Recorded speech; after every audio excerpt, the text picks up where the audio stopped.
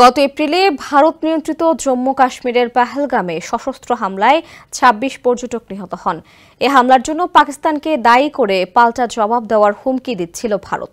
৭ মে ২০২৫ মধ্যরাতের ঠিক পরে পাকিস্তান বিমান বাহিনীর অপারেশনস রুমে রেড লাইট জ্বলে ওঠে, যেগুলো দেখাচ্ছিল ভারত সীমান্তে একাধিক সক্রিয় ভারতীয় যুদ্ধবিমান অবস্থান করছে। ৭ মে মধ্যরাতের পর আশঙ্কা সত্যি করে পাকিস্তানে ক্ষেপণাস্ত্র ছুড়ে ভারত হামলা চালানোর সঙ্গে সঙ্গে চীনের তৈরি J-10C যুদ্ধবিমান উড্ডয়নের নির্দেশ দেন পাক বিমান বাহিনীর প্রধান। পাক এক কর্মকর্তা জানান, বিমান বাহিনীর প্রধান চেয়েছিলেন রাফায়েল ভূপাতিত করা হোক। ভারতের হামলার পর ভারত পাকিস্তানের যুদ্ধবিমানের মধ্যে ১ ঘণ্টা ব্যাপী আকাশে যুদ্ধ হয়। এতে অংশ নেয় প্রায় ১১০টি বিমান। গত কয়েক দশকের মধ্যে এটি ছিল আকাশের সবচেয়ে বড় সম্মুখ যুদ্ধের ঘটনা। চীনের তৈরি যুদ্ধবিমান অন্তত একটি রাফাল ভূপাতিত করতে সমর্থ হয়। রাফালের ভূপাতিত হওয়ার বিষয়টি সামরিক অঙ্গনে অনেককে অবাক করে। এছাড়া চীনা প্রযুক্তির কাছে পশ্চিমা প্রযুক্তির কার্যকারিতা নিয়েও প্রশ্ন তৈরি হয়।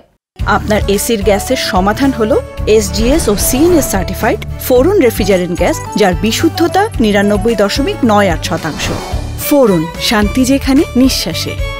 পাকিস্তানের ৩ ও ভারতের ২ সামরিক কর্মকর্তা বার্তা সংস্থা রয়টার্সকে জানিয়েছেন, ভূপাতিত হওয়ার ক্ষেত্রে রাফালের পারফরমেন্স বড় কোনো ফ্যাক্টর বা সমস্যা ছিল না।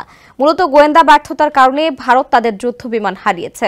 ভারত জানত না চীনা যুদ্ধবিমান চীনেরই তৈরি PL-15 ক্ষেপণাস্ত্র ব্যবহার করে, যা ২০০ কিলোমিটার দূরে লক্ষ্যবস্তুতে নির্ভুল আঘাত হানতে সক্ষম। বেশি শুধুমাত্র চীন ও পাকিস্তান এই দুটি দেশই J-10C যুদ্ধবিমান এবং PL-15 ক্ষেপণাস্ত্র ব্যবহার করে। গোয়েন্দা তথ্যের ঘাটতির কারণে ভারতীয় রাফালের পাইলটরা ভেবেছিল তারা পাক ক্ষেপণাস্ত্রের আওতার বাইরে রয়েছে, আর এমন একটি সূক্ষ্ম কৌশলের কাছে পরাস্ত হয় ভারতের অত্যাধুনিক রাফাল যুদ্ধবিমান।